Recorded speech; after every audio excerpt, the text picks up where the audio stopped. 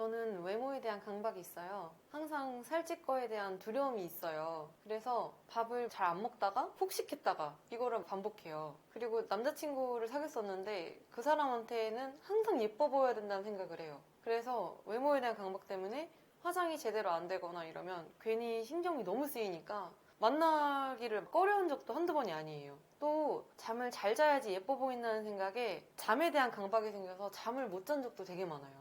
근데 이게 외모에 대한 강박이 정말 극복하기가 너무너무 어렵더라고요. 그래서 그때 만나는 남자친구가 저한테 너무 자존감이 낮은 것 같다면서 헤어지자고 말한 적도 있어요. 이런 연애가 반복되니까 자존감은 더 낮아지더라고요. 그런데 이 외모에 대한 집착을 도대체 어떻게 내려놔야 될지 모르겠더라고요. 그래서 오늘은 어떻게 하면 이 외모에 대한 집착을 내려놓을 수 있는지 저의 경험담을 토대로 한번 말씀드려 보려고 해요. 자, 그럼 시작하겠습니다. 여러분이 보시기엔 어떤가요? 저 살찐 것 같아요?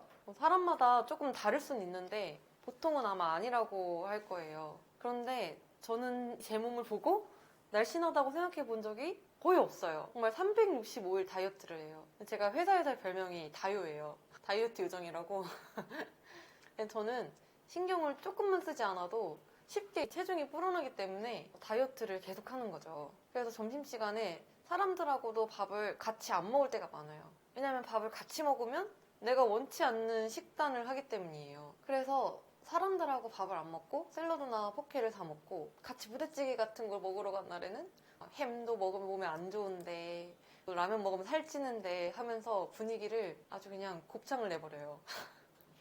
그리고 조금이라도 과식한 날에는 진짜 미친 듯이 운동을 해요. 제가 어쩔 수 없이 헬창이 된 케이스인데 몸에 열이 나고 다리가 아프고 막 이래도 무조건 그냥 헬스를 가는 거예요. 얼마 전에 10km 달리기를 하고 나서 발이 너무 아픈 거예요. 그래서 병원에 가보니까 족저근막염이래요. 근데 제가 족저근막염에 걸리고 나서도 운동을 갔어요. 외모에 대한 집착이 얼마나 심한지 아시겠죠? 저는 탄수화물도 거의 안 먹어요. 쌀밥도 거의 안 먹고 빵은 근데 좀 먹어요. 이게 뭐 좀 모순되긴 하지만 근데 저도 사람인지라 계속 더 탄수화물 식단만을 고집할 수는 없더라고요. 근데 사람이 탄수화물 안 먹으면 어떻게 되는지 혹시 아시나요, 여러분? 일단 엄청 예민해져요. 가뜩이나 여자는 호르몬 변화도 많은데 정말 저도 어쩔 때는 이런 저의 성질머리가 감당이 안 되더라고요. 그래서 스트레스를 받다 견디지 못하게 될 때면 갑자기 막 아이스크림도 3번씩 먹고 케이크도 먹고 과자도 먹고 망하는 거죠. 잘하다가 고삐 풀린 망아지 마냥 마구마구 먹어댄 날에는 제가 너무 한심하게 느껴지는 거예요. 그래서 막 또 못 지켰어. 또 먹고야 말았어 하면서 아이스크림을 또 주문하고 있어요. 그런 저를 보면 아, 내 의지가 이거밖에 안 되나?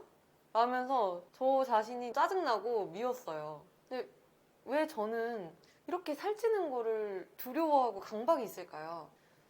왜냐면 살이 찌면 사람들이 저를 사랑하지 않을 거라고 생각했기 때문이에요. 내 외모가 완벽하지 않으면 아무도 날 바라봐주지 않을 거야. 아무도 날 사랑해주지 않을 거야 라고 생각한 거죠.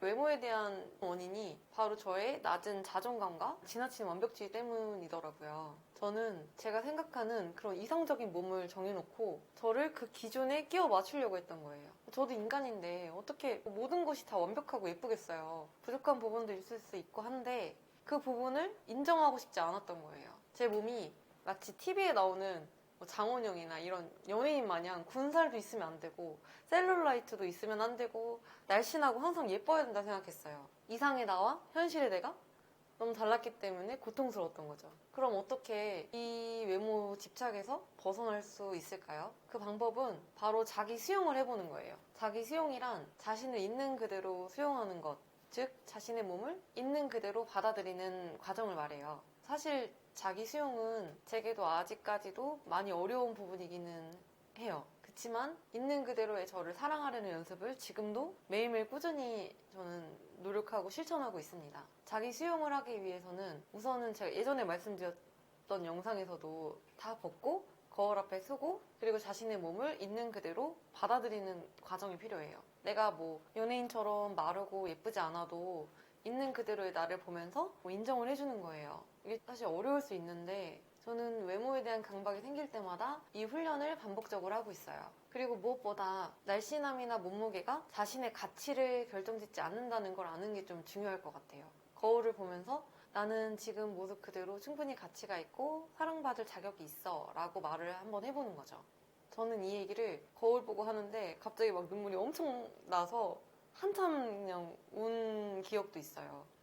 그동안 내가 얼마나 나의 이상적인 기준에 맞추려고 고생을 했기에 저렇게 서러움이 올라왔을까라고 생각을 하니까 막 가슴이 너무 아프더라고요.